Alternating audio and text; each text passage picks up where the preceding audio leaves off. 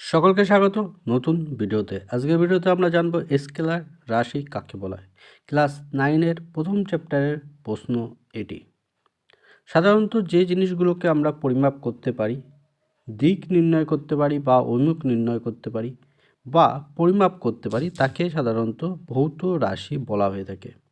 এই ভৌত রাশিরই দুইটি ভাগ থাকে, একটি হলো স্কেলার রাশি আর একটা হলো ভেক্টর রাশি। এবার আমরা জানব স্কেলার রাশি কাকে বলে।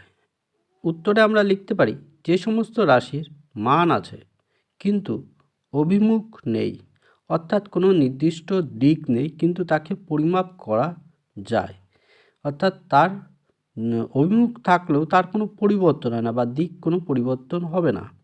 এই ধরনের রাশিকেই সাধারণত বলা হবে স্কেলার রাশি, অর্থাৎ যে রাশিগুলির মান আছে কিন্তু অভিমুখ নেই তাকে বলা হবে স্কেলার রাশি। সকলকে অনুরোধ করছি, আজকের এই ভিডিওটি ভালো লাগলে অবশ্যই চ্যানেলটিকে লাইক, শেয়ার, সাবস্ক্রাইব করে সঙ্গে থাকবেন।